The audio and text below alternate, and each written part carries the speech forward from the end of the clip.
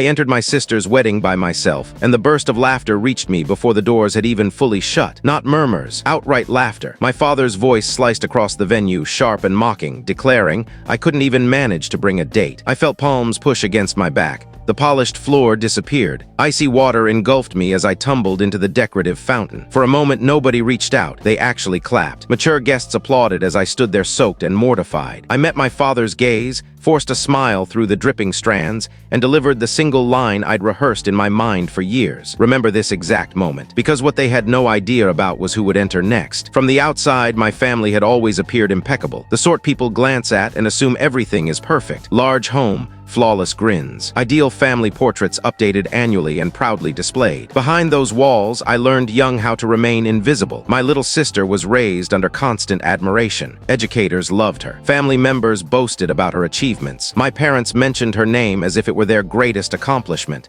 I was simply the extra child, the reliable one, the one who never created issues and rarely got acknowledged either. During family meals, discussions flowed past me as though I wasn't even present. If I tried to contribute, my mother would offer a strained smile and reply, "That's lovely, dear," before redirecting everything back to my sister. My father demanded quiet from me. Quiet equaled compliance. Quiet ensured I wasn't causing any shame. Birthdays passed quickly. Store-bought cake, some years without candles. On my 16th, my father completely overlooked it. He did remember my sister's piano performance that evening, however. I stood alone in the kitchen clutching a plate while cheers drifted in from the other room. As I grew up, I figured out how to endure by making myself valuable. I studied diligently. I maintained strict self-control. I developed a profession that required accuracy and composure, where errors had consequences and feelings weren't rewarded. Beyond my family, that focus gained admiration. Within it, nothing shifted. In my early 30s, I'd given up trying to justify myself to them. I quit mentioning successes. I stopped fixing their wrong impressions. It was simpler to allow them to think I was aloof, complicated, overly obsessed with career to have a regular existence. That's the reason I arrived at the wedding solo. Not because I lacked a companion, because I had one. I simply understood my family would never handle that aspect of my world with respect. They'd pick it apart, judge it harshly,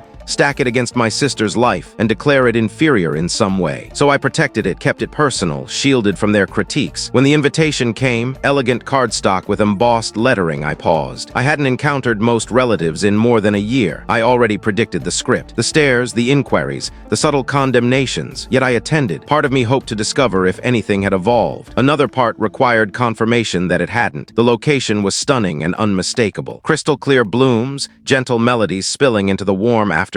Every detail radiated joy. I walked in and immediately sensed I didn't fit, as if I'd wandered into a stranger's celebration. The initial detail that struck me was the seating arrangement. My sister's name dominated the center, encircled by parents, key family, and important guests. My own was in tinier print, relegated to the periphery. A spot toward the rear, not fully banished, merely demoted. I convinced myself it didn't matter. I creased the place card repeatedly, then tucked it into my bag as if hiding it erased the sting. Heading to my assigned spot, necks craned. Talks hushed momentarily. I overheard snippets while passing. She showed up by herself. I heard she was involved with somebody, still on her own, apparently. One person offered a sympathetic smile that stung more than outright hostility. I returned it because experience taught me smiling prevented worse. At my table, far-flung cousins and vague connections averted gazes, courteous yet intrigued. They posed neutral topics: career, road conditions, climate. Nobody inquired about my well-being. Nobody ever had. On the opposite side, my family guffawed heartily. My father loomed confidently, drink raised, basking in the spotlight. My mother hovered near my sister, tweaking her gown, beaming with unmistakable delight. My sister glanced my way briefly.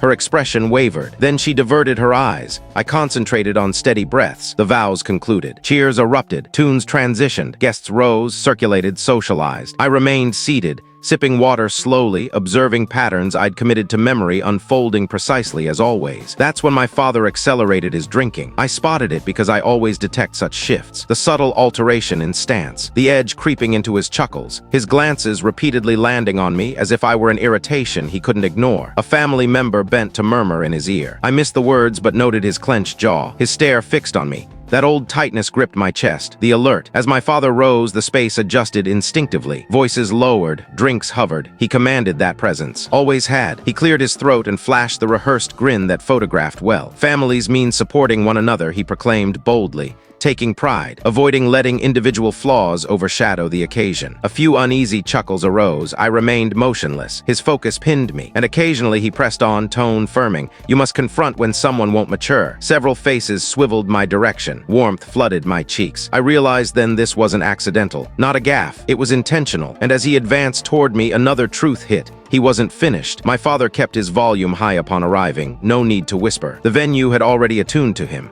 He towered over me as if I were a long-standing letdown he'd chosen to vocalize publicly. Still arriving solo, he announced, audible to surrounding seats, "On your sister's special day, no less." Scattered awkward laughs spread. A cough interrupted. Nobody stepped forward. I sensed my mother's watch from afar. She stayed put. My sister fixated on the carpet, mouth tight as if uninvolved. I rose gradually, not to debate, not to justify, merely to rise. "I'm here for the celebration," I stated calmly. "This isn't appropriate. That ought to have concluded it. It never did with him." He inched nearer, scent of liquor and fury strong. "Appropriate," he mocked. "You've squandered plenty. No companion, no children of your own. Only rationalizations and that career you use as a shield." The laughter swelled, bolder now, anxious yet enthusiastic. I parted my lips to respond, then shut them. Experience warned any reply would fuel him further. That's when his palm struck my shoulder. Not theatrical, simply forceful, abrupt, everything tilted. Briefly, light smeared overhead. Then breath escaped as frigid liquid enveloped me. My spine met stone. Fabric billowed, then clung sodden and heavy. The jolt robbed my air. Surfacing water cascaded over my features, strands matted to skin.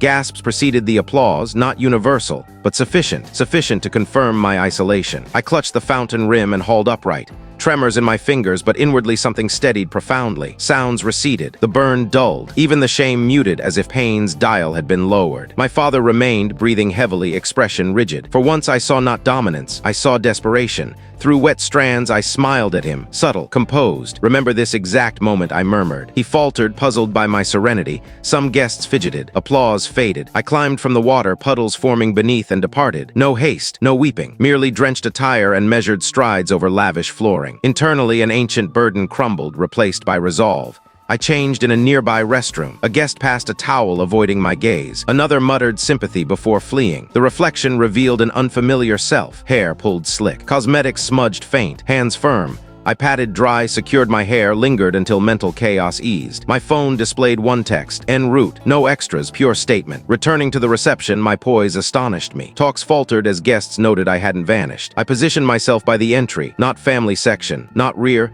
neutral ground, prominent. Time stretched strangely. 5 minutes dragged, 10 seemed eternal. My father evaded my direction. My mother acted as if nothing occurred, chuckling overly with uneasy attendees. My sister repeatedly flattened her gown as if creases threatened. Then the atmosphere altered, subtly at first, hush in chatter. Heads pivoting doorside. 2 gentlemen entered, surveying discreetly without disruption. They moved calmly, no declarations. They simply exuded belonging. Volume dipped. A bar patron halted mid-phrase. My father scowled, posture stiffening, grasping for dominance. He advanced. "This is invitation only," he barked. "You don't belong here." One gentleman ignored him entirely, murmured into his cuff, then moved aside, and then he appeared. I sensed him prior to sight. That anchoring aura, undeniable assurance. Attire understated, tailored dark suit, simple elegance, no ostentation, yet crowds parted instinctively, not from intimidation, from innate command. His gaze located me immediately. Relief surged painfully. He traversed the space effortlessly, halting beside me. His palm enveloped mine, solid and reassuring. "You all right?" he inquired low. I nodded. "Better now." He brushed my forehead tenderly, then faced the crowd alongside me. Beside, not shielding. My mother gaped as if disoriented. My sister's grin faltered.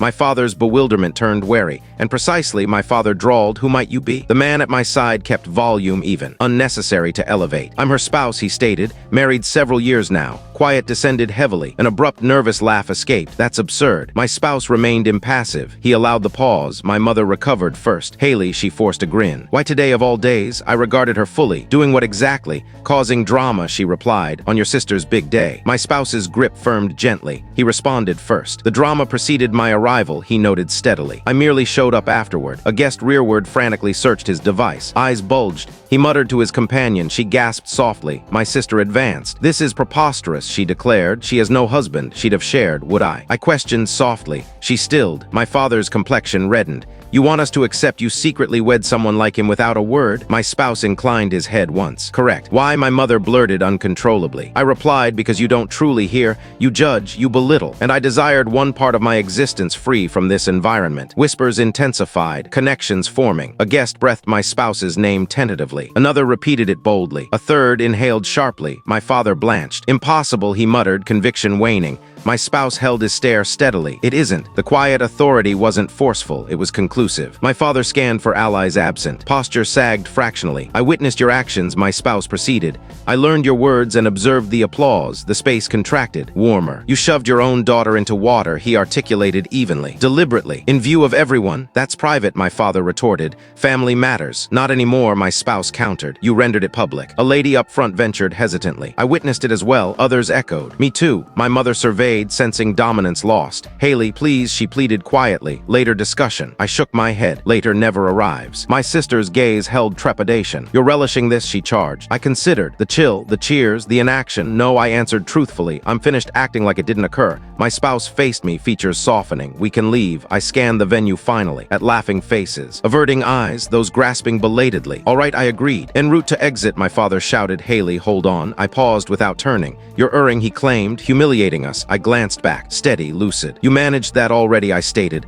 I'm no longer bearing it. We departed united. Doors shut, muffling clamor, rumors, the unraveling of a narrative my family sustained for decades. Outside in peace, my spouse pressed my hand. Proud of you, he murmured. I inhaled deeply, evenly. For once I trusted it counted. The aftermath didn't erupt. It settled gradually. Next day, texts trickled, not remorse, inquiries. Cautious probes when realizing their long-standing tale crumbled. My father stayed silent vocally. He messaged briefly requesting discussion once dust settled. Unusual for him. Volume had been his tool. Quiet signaled he'd forfeited influence. My mother attempted contact twice, ceased. Word came later that acquaintances withdrew, uneasy with events. Reputation fractured, resists repair. My sister evaded me. Our eventual talk weeks on, she offered no defense, merely requested space. I provided none extra. For once I allowed her unease. Most startling was the lightness. No simmering fury, no drive to validate, just peace. I didn't sever ties entirely. No retribution. I altered terms. No stage displays, no rivalries, no diminishing my choices or identity. Crossings meant quiet, instant departure. Some adapted, others resisted, and I accepted both. Home resumed normal flow. Morning brews, meaningful tasks. Nights free from anticipation of criticism. The degradation no longer shaped me. It marked where I released burdens never mine. Long I'd equated family validation with value. Now wiser. Worth isn't granted by those loving only diminished, silent, or convenient versions. Often the bravest act is withdrawing, allowing reality to declare itself. If family has wounded you deeply, know you're not isolated. Post your experience below and follow for upcoming stories.